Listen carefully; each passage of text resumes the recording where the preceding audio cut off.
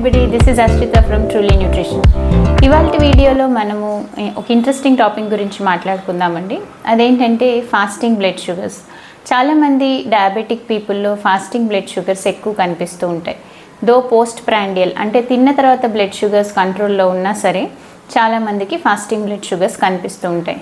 దీనికి రీజన్ ఏంటి అంటే ఇన్సులిన్ రెసిస్టెన్స్. సో ఎవరికైతే ఇన్సులిన్ రెసిస్టెన్స్ ఉంటుందో వాళ్ళకి ఫాస్టింగ్ బ్లడ్ షుగర్స్ ఎక్కువగా కనిపిస్తుంటాయి. అగైన్ ఎందుకు వాళ్ళకి ఇన్సులిన్ రెసిస్టెన్స్ ఉంటే ఫాస్టింగ్ షుగర్స్ ఎక్కువ అవుతాయంటే జనరల్గా మనం పడుకున్నప్పుడు సర్టెన్ హార్మోన్స్ రిలీజ్ అవుతాయి, గ్రోత్ హార్మోన్స్ లాంటివి.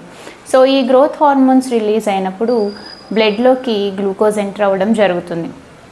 జనరల్గా మన బాడీ హెల్దీ వర్కింగ్ కండిషన్లో ఉంటే ఆ గ్లూకోజ్ని ఎన్కౌంటర్ చేయడానికి సరిపడా ఇన్సులిన్ రిలీజ్ అవుతుంది. కాబట్టి నార్మల్ హెల్దీ ఇండివిజువల్స్లో ఫాస్టింగ్ బ్లడ్ షుగర్స్ ఎక్కువగా కనిపించవు. కానీ డయాబెటీస్ ఉన్న వాళ్ళకి ఇన్సులిన్ రిలీజ్ అయినది సరిగ్గా జరగకపోవచ్చు, లేదా ఉన్న ఇన్సులిన్ సరిగ్గా యూటిలైజ్ అవ్వడానికి వీలు కాకపోవచ్చు. దాన్నే మనం ఇన్సులిన్ రెసిస్టెన్స్ అంటాం.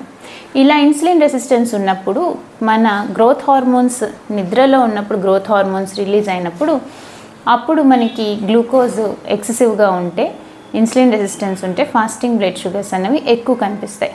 సో దీనికి మనము ఏం చేయొచ్చు?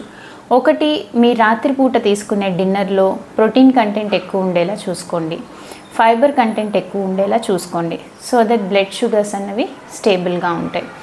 తర్వాతది, రాత్రి మీరు భోంచేసిన ఒక 20 minutes తర్వాత 15 minutes వాకింగ్ అన్నది పెట్టుకోండి. సో ఈ ఎక్సర్సైజ్ మనకి రాత్రిపూట పెరిగే బ్లడ్ షుగర్స్ని కంట్రోల్ చేయడానికి చాలా బాగా ఉపయోగపడుతుంది. అలాగే ఎవరైతే నిద్రలేమితనంతో కానీ స్ట్రెస్తో కానీ ఇబ్బంది పడుతున్నారో వాళ్ళల్లో కూడా మనం ఫాస్టింగ్ బ్లడ్ షుగర్స్ ఎక్కువ చూసే అవకాశం ఉంది. దీనికి రీజన్ ఏంటి అంటే వాళ్ళకి కార్టిసాల్ రిలీజ్ అన్నది ఎక్కువ ఉంటుంది. రాత్రిపూట హై కార్టిసాల్ రిలీజ్ అయినప్పుడు కూడా మనకి బ్లడ్ షుగర్ ఇంబ్యాలెన్స్ అయ్యే ఛాన్సెస్ ఉంటుంది.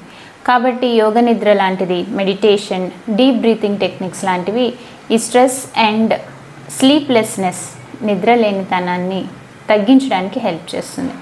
కాబట్టి ఇలా మీరు తీసుకునే ఆహారం, మీరు చేసే ఎక్సర్సైజ్, దాంతోపాటు మీరు స్ట్రెస్ మేనేజ్మెంట్ ఎలా చేస్తున్నారు అనే దాన్ని బట్టి మీ ఫాస్టింగ్ బ్లడ్ షుగర్స్ డిపెండ్ అయి ఉంటాయి. కాబట్టి ఈ 3 ఏరియాస్లో మీరు తగిన జాగ్రత్తలు తీసుకుని పైన చెప్పిన మార్పులు చేసుకుంటే మీ ఫాస్టింగ్ బ్లడ్ షుగర్స్ తగ్గే అవకాశం ఉంటుంది. I hope this video helps you. Thank you.